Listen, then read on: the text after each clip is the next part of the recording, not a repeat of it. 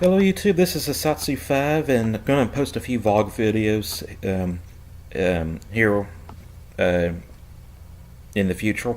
But this is a response video to Yankee Marshall. This is a relatively old video, it's like a week or so old. I'm not a subscriber, but I do occasionally watch his videos. And this is about what I'm going to call the parking spot shooter. And he had an opinion. I feel he thought it out to his best ability, but I disagree with his solution or his what he came up with. And basically, people were asking him his opinion. What did he feel it was justified? And he came to the conclusion, yes, it was justified, or yes, it was legal. And there's probably, I feel there's a difference between justified and legal. I don't feel it was justified. It might be legal, but I don't think it was legal, in my opinion. And keep in mind, that's Florida law, I think, and I live in Texas. But just the quick cliff notes, the simplified version of the story, then I'll go into more detail. But just to let you know what's going on, if you haven't seen the ASP video from Active Self-Protection. Basically what happened, there was a man who was a concealed handgun holder, and this woman parked in a handicapped parking spot, and he went up and confronted her about it. They got in an argument. The boyfriend walked out of the store and saw that there was an argument. He got mad and pushed the guy, and pushed him really hard. And then the guy, the defender, we're going to call him. We'll call the boyfriend the aggressor, and the defender the defender. The defender pulled out his gun and then shot him. And on the face, telling the story, you might be tempted to say that it was legal or justifiable, but there's some more details in there that I don't think people are thinking about.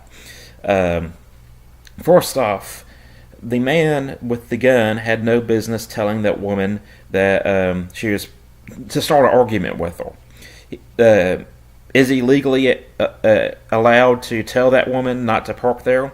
Yes, he's legal. She broke the law, and he has the ability to tell her that she broke the law. And I don't know if he had someone who needed that parking spot, and I'll get more on that issue later because I have people in my life that need those parking spots. But as soon as the argument turns south, he should have walked away. It's very hard to do because when someone argues with you and is talking to you, you want to talk back, you want to argue back, but he should have walked away. In fact, what he should have did was called the police on her to get her a ticket.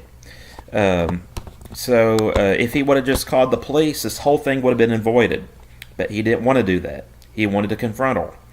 And I feel, since he had a gun, since he was a man, and this was a woman parking in that parking spot, that he felt empowered. I feel he felt that he had the cards stacked in his favor. I feel that he felt, since he was a man, she was a woman, he had a gun, that he could do pretty much whatever he wanted as far as confronting this woman, and he was justified in doing that. I feel if he was unarmed and it was a man who was parking in that handicapped parking spot, I don't feel he would have confronted that person. And if he wouldn't have confronted that person, then he shouldn't have confronted that woman. So the woman did break the law, but it was a misdemeanor. It wasn't worth getting in an argument about it. Anyways, I'm going to talk about the man who pushed him. Did he break the law? Yes. Did he did he overreact? I feel yes. But there's something that I want to point out here. What he did was really natural. At least down here in the South, it's very ingrained in the culture that you don't mess with a man's mama, daughter, wife or girlfriend, or sister. We protect the women in our life. And used to back in the 17th, 19th century or 18th, 19th century, this was a doable offense. This was an offense that would require blood, and that's kind of still ingrained in our hearts that if you mess with these people in our life, that we are going to do something about it. Now, being in the more civilized culture that we are, we need to control how we do this. We need to be smart about it. We can say, hey, don't talk to my girlfriend like that. But, I think he kind of jumped the gun by pushing him. But I can relate to him. I have experienced these emotions and reactions, and I relate to him. I can see why he did it. To me, it makes more sense from my point of view, and it's a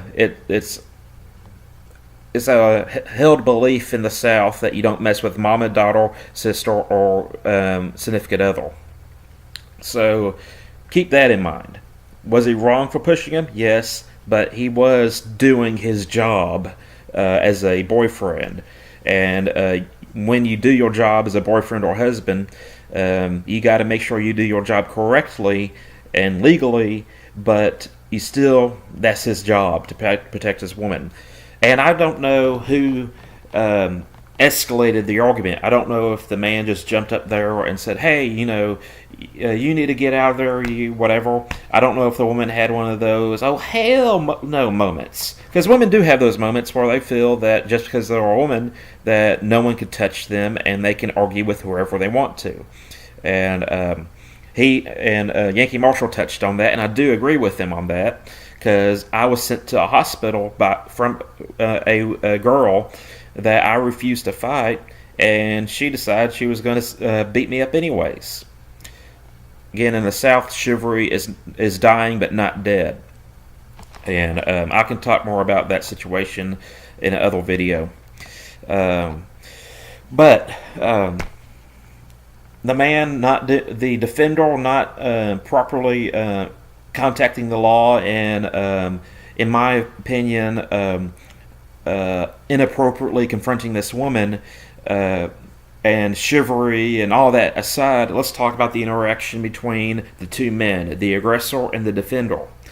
And this is where things get very interesting. The guy pushes him on the ground, pushes him very hard, takes a step towards him, he pulls out his gun.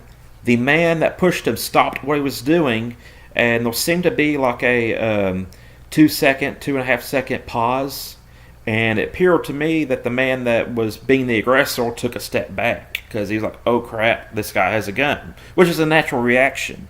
And then it was 1 Mississippi, 2 Mississippi, maybe a sippy and a half, pow. And to me, that's the defining factor of what makes this a legal shooting or not. Because the goal in a self-defense situation isn't to kill, it isn't to hurt, it isn't to disable, it's to stop. And if you can stop the threat with just pulling your gun, and then you stop the threat and you have no legal reason to shoot the guy. And I feel this was manslaughter. And let me explain why I think this situation was manslaughter. Some people say that it was mutual combat. He got pushed, he didn't like being pushed, and he shot the man. That could be a possibility. Some might say that he didn't know how far away or close the man was. He just hopped up on adrenaline. That's understandable. But the thing we need to remember here is that even if you're having a lot of emotions, you can't let those emotions dictate what you're doing legally or not. The law doesn't really concern themselves with feelings other than the feeling of impending danger and stuff. But if you're in fear for your life, you can protect your life. But I don't think this man was necessarily in fear for his life. I don't think he was afraid that he was going to get his skull bashed in on the concrete.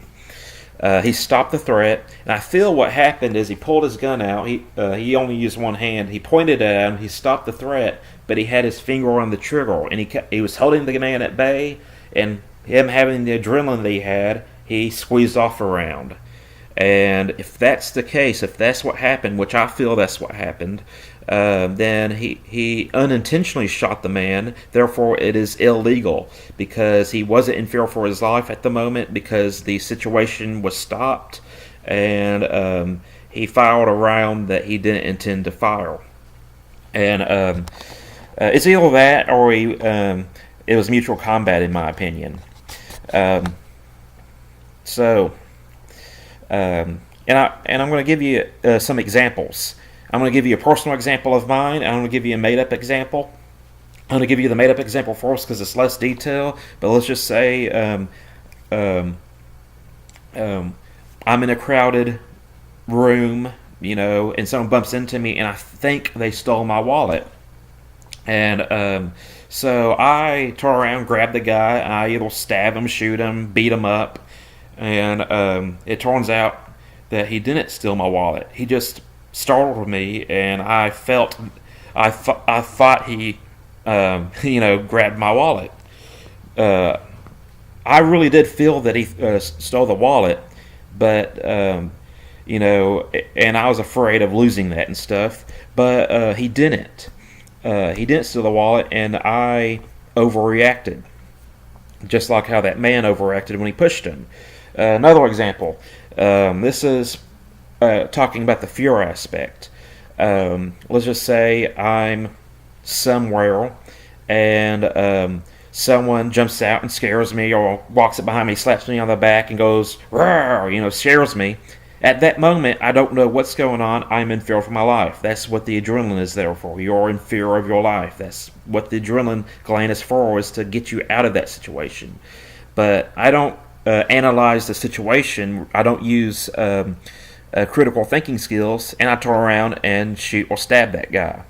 Now, he technically didn't pose a real threat to me. He was just being rude or funny or however you perceive that. But I didn't analyze the situation very well, and I ended up killing someone that wasn't really trying to do harm to me. And at that moment, when he slaps me on the back and growls at me, I'm in fear for my life. I don't know what's going on. And that's that aspect of the fear. And just because you're in fear for your life doesn't mean that you get your common sense gets an excuse to not exist. Now, the reason why I feel very strongly about this, other than the fact there was a loss of life, is because I experienced something very similar to this with a completely different outcome. And keep in mind, a weapon was, I did use a weapon. Let me see if I can say this. I did use a weapon, but I did not actually make contact with a weapon. But what happened was, I've been bullied a lot in school. I have a speech impediment. I'm an easy target, and I was very weak, and my brother was very strong. And my brother walked out. He was ripped. He was healthy. And a lot of people are always asking about how good of a fighter my brother was and stuff. And these three guys came up and started harassing me, calling me names, verbally abusing me. And they were at a science lab table in 8th grade science class, and they all get up and walk behind me, and then they do a U-turn, and they walk up behind me again, and each one of them hits me on the back once by all three people, and then they sit down in front of me again and continue to accost me. Now, they assaulted me. I probably could have pressed charges if I had the knowledge that I have now.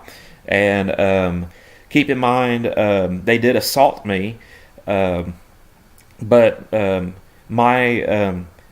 I don't feel I was justified in doing anything to them. And the correct thing for me to do would to call the teacher and tell them, hey, they were punching me, they were bullying me, do something with them. That would have been the right thing to do. But that's not what I did. During this whole thing, they didn't know I had a combination lock on my fist, and I had it under the table. And I found out their true motives. One of them looked at me and said, "What are you going to do? Get your brother after us? You're going to sick him on us?"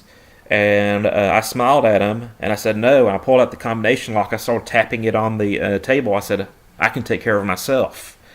And little did they know that I actually had, as a child, an anger problem. And it's because I was bullied a lot, and then I got tired of the bullying, and I would, from time to time, unleash that anger.